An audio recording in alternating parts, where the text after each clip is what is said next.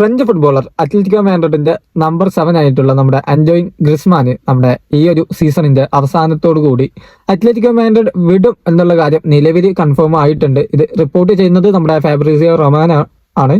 പുള്ളിക്കാരൻ പറയുന്നത് അനുസരിച്ച് ഈ ഒരു 2026 ജൂലൈ കഴിയുമ്പോൾ ഫ്രീ ട്രാൻസ്ഫറിലായിരിക്കും ഗ്രിസ്മാന്.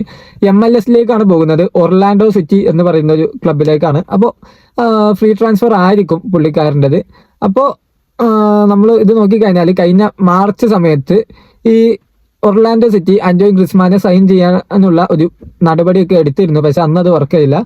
പക്ഷെ ഇപ്രാവശ്യം ഏതായാലും അത് സംഭവം വർക്കായിട്ടുണ്ട്. ഈ കൊല്ലം അവസാനത്തോടു കൂടി അന്റോയിൻ ഗ്രിസ്മാനെ നമ്മുടെ യൂറോപ്യൻ ഫുട്ബോളിൽ നിന്ന് നേരെ അമേരിക്കൻ ഫുട്ബോളിലേക്ക് കൂടുമാറും. പിന്നെ മാർക്കയുടെ റിപ്പോർട്ട് അനുസരിച്ചിട്ട് ഈ ഒരാഴ്ച തന്നെ അന്റോയിൻ ഗ്രിസ്മാൻ പോകും എന്നുള്ള കാര്യമാണ്. അതായത് ഫുള്ളായിട്ട് പോകില്ല, അവിടെ പോയിട്ട് ബാക്കിയുള്ള പേപ്പർ കാര്യങ്ങൾക്ക് സൈനിങ് കോൺട്രാക്റ്റിന്റെ കാര്യം തുടങ്ങിയവയ്ക്ക് നമ്മുടെ അമേരിക്കയിലേക്ക് യാത്ര ചെയ്യും എന്നുള്ളതാണ് നിലവിൽ കിട്ടുന്ന ഒരു ഇൻഫർമേഷൻസ്.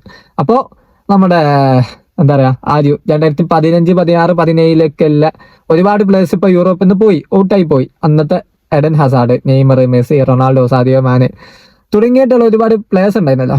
അപ്പം അതൊക്കെ ഇപ്പൊ പോയല്ലോ. അപ്പൊ അതിൽ അവസാന കണ്ണിയായിട്ടുള്ള ഒരു പ്ലെയർ ആയിരുന്നു നമ്മുടെ ഗ്രിസ്മാൻ. അതിൽ ചിലവര് ഇപ്പോൾ സൗദിയിൽ കളിക്കുന്നുണ്ട്, ചിലവര് MLS മെസ്സി വന്നതോടുകൂടി MLS ഒന്നും പാടി വീണ്ടും പോപ്പുലാരിറ്റി കിട്ടിയല്ലോ.